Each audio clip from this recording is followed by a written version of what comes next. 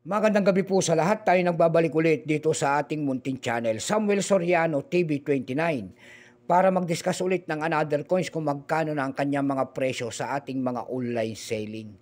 Ayan, magpapasalamat lamang tayo sa ating mga subscriber. Maraming salamat po sa lahat ng aking mga subscriber at 1K subscriber na tayo at magandang gabi po sa inyong lahat. At maraming salamat po sa inyo lahat and God bless. Ayan. Maraming salamat din po sa nanonood at sumusuporta doon sa ating FB page. Ayan, lahat po na nakapalo doon sa ating FB page ay maraming salamat po sa inyong lahat.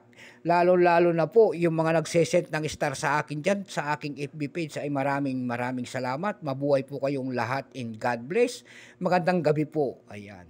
Meron naman tayong pag-uusapang barya at ito po ay mga sinaunang barya. Ito po ay year 1966. Ayan, babae po, year 1966, 25 centavos. Ayan.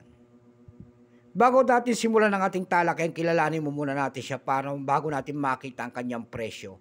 Issue po nito ay Philippines po, Period Republic 1946 up to date po. Type nito Standard Circulation Coins years 1958 hanggang 1966. Value nito 25 centavos, currency piso 1857 hanggang 1967. Composition po niyan ay nickel brass, may bigat lamang 5 grams, may habang 24 mm. May kapal po naman itong 1.6 mm, hugis po bilog, orientation coin alignment. Itinigil naman ang paggamit ng Pilipinas sa barya na hawak natin noong March 31, 1979. Number N-1009, reference number KM-189. Ito pong year 1966, ito po ay 35%. Ayan, wala pa pong may pakita ang ating Bangko Sentral kung ilang pirasong ginawa sa barya na hawak natin, pero may price na po yan doon sa ating numista.com. Ayan, yung kanyang verifying 27 pesos, extra fine 27, almost uncirculated 37. Ang circulated po nito ay nagkakahalaga na po ng 55 pesos. Dumako naman tayo sa kanyang mga presyo sa ating mga online selling. Doon sa ating ebay.com, may nakalagay po nagbebenta doon ng rare coins daw ito. Binebenta niya po doon ng $25.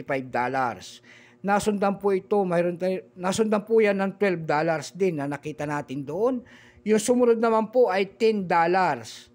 Yung pinakamalit na bintahan doon ay $8 na. Ayan, napakatindi ng kanyang presyo. Excuse me po. Dumako naman tayo sa Carousel PH kung magkano ng kanyang presyo doon sa ating online selling na Carousel PH. Sa Carousel PH po, meron tayong nakita nagbebenta doon ng 499 pesos. Meron na rin tayong nakita doon na 220 pesos. Yung pinakamaliit po doon ay 50 pesos. Ayan lamang po ang ating may babaging kanyang presyo. Keep safe sa lahat and God bless.